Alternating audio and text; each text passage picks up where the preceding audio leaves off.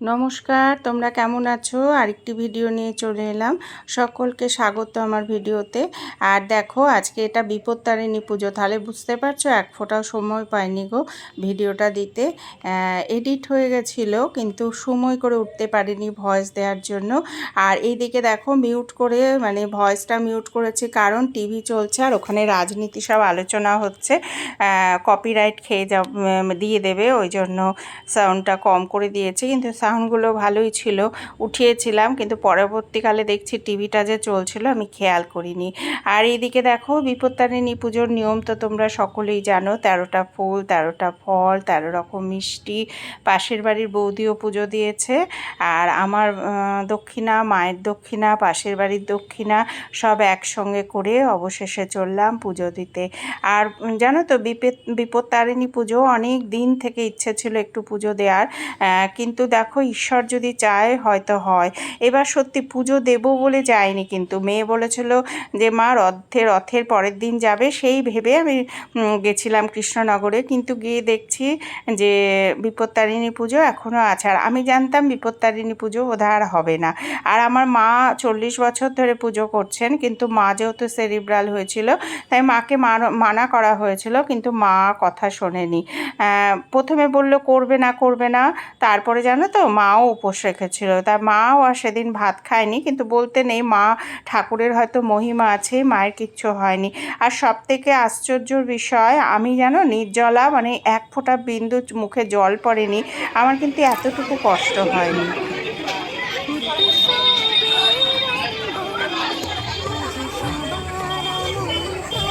লাল টকটকে না হলে ভালো লাগে।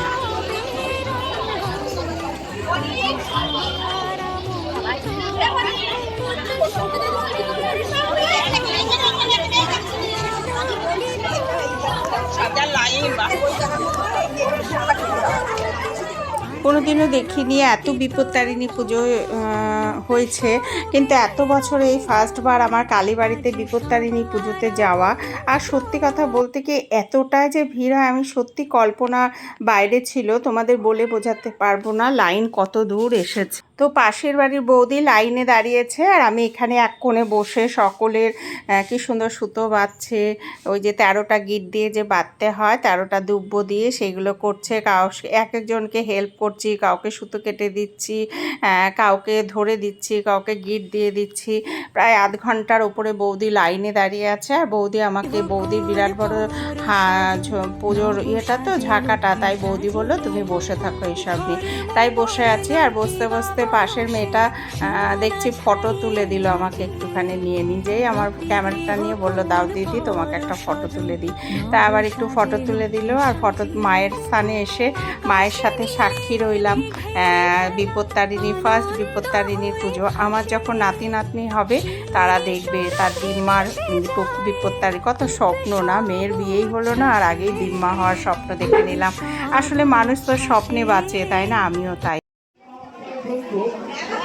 ও বৌদি, অঞ্জলি কোথায় হবে?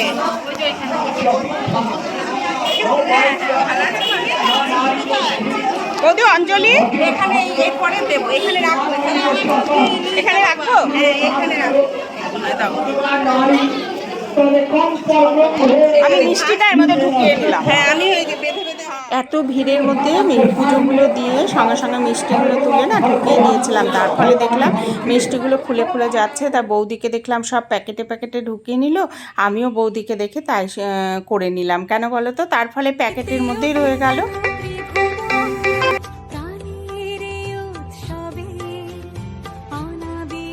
পুজো দেয়া হয়ে গেল, এখন অঞ্জলিটা বাকি, একটু গঙ্গা জল ছিটিয়ে নিলাম। আর প্রসাদগুলো সব এক একটা প্যাকেটে ঢুকিয়ে দিলাম, কেননা সন্দেশগুলো নয়তো ছড়িয়ে যাবে। আর যার যার মতন প্রসাদগুলো আলাদা আলাদা বেঁধে নিয়ে তারপরে চললাম অঞ্জলি দিতে।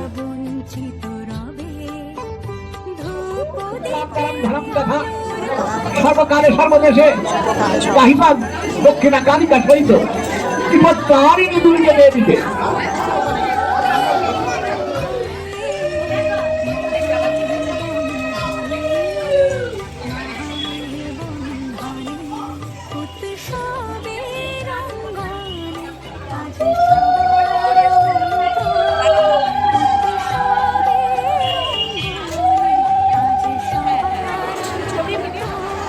ধূপকাঠি চারিদিকে একটু দেখালাম।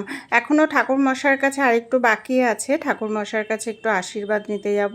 আর একটু সিঁদুর আর আরেকটা 13টা দীপ সিঁদুর আর একটা ঠাকুর মশাই নিতে বললেন। ধারাটা বেঁধে নেবো ওনাকে দিয়ে বেঁধে নিতে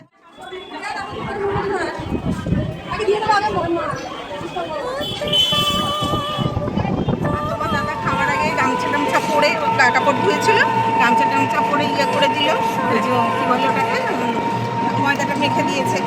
আমরা দুপুরে খাবো না, আর রাতে খাবো। দুপুরে কি খাবি তাহলে? দুপুরে একটু সাবু মাখা খাও। আচ্ছা আচ্ছা। মা বলছে, বৌদি বলছে প্রথম যেটা ধরবি একটু সাবু মাখা খেয়ে নিবি, নাহলে পারবে না। পারবো না কেন বলো তো, এই যে বাড়িতে গিয়ে যদি কিছু খাই বডিটা ছেড়ে দেবে।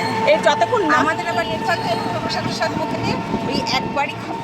আমি আর মাও ওই একবারই খেয়েছি, 11:30টায় গেছি আর এখন 1:30 বাজে বাড়ি ফিরলাম। এবার এসে শুনছি মাও কিছু খায়নি, মানে সকালে একটু জোর করে খাইয়েছি ওষুধ খাওয়ানোর জন্য। আর এইদিকে মাকে একটু সুতোটা বেঁধে দিই চলো। পাশের বাড়ির বৌদিও পুজো দিয়েছিল, তাই মা বলছে আগে বৌদিকে পুজোটা দেওয়ার। আর মায়ের হাতে ধাগাটা বেঁধে বৌদিকে পুজোটা দিয়ে এসে কাপড় চোপড় চেঞ্জ করে একটু আগে প্রসাদ মুখে দেব, তারপরে দেখা যাক উপোস কী করে ভাঙা যায়। আগে প্রসাদটা খাও, এদিকে আসো। এটা আমি ছুঁয়ে এনেছি ঠাকুরের ঘরে, এখানে মামনদের আছে, আমার মেয়ের আছে, আর আসো তোমারটা আমি বেঁধে দিই। চলো তাহলে আজকে ভিডিওটা আর বাড়াবো না, দিয়ে আসি প্রসাদটা, দিয়ে এসে একটুখানি প্রসাদ মুখে দিয়ে কাপড় চোপড় চেঞ্জ করব। আর তোমরা কিন্তু ভালো থাকবে, সুস্থ থাকবে, সাবধানে থাকবে। আর যারা আমাকে সাবস্ক্রাইব করে দিয়েছো তাদের তো অসংখ্য ধন্যবাদ। আর এখনও যারা আমার পরিবারে আসোনি তারা সাবস্ক্রাইব করে আমার পাশে থেকো। আমার এই ছোট্ট পরিবারটা তাহলে একটু হেল্প হয়, তা তোমরা যদি আমাকে সাবস্ক্রাইব করে দাও। আর অবশ্যই কিন্তু সাবস্ক্রাইব করে দিও। আর যেমনি কমেন্ট করছো করবে। আর নন্দিনী কিচেন বোধহয়, আমার ঠিক মনে নেই, তোমাকেও অসংখ্য ধন্যবাদ আমার পাশে থাকার জন্য।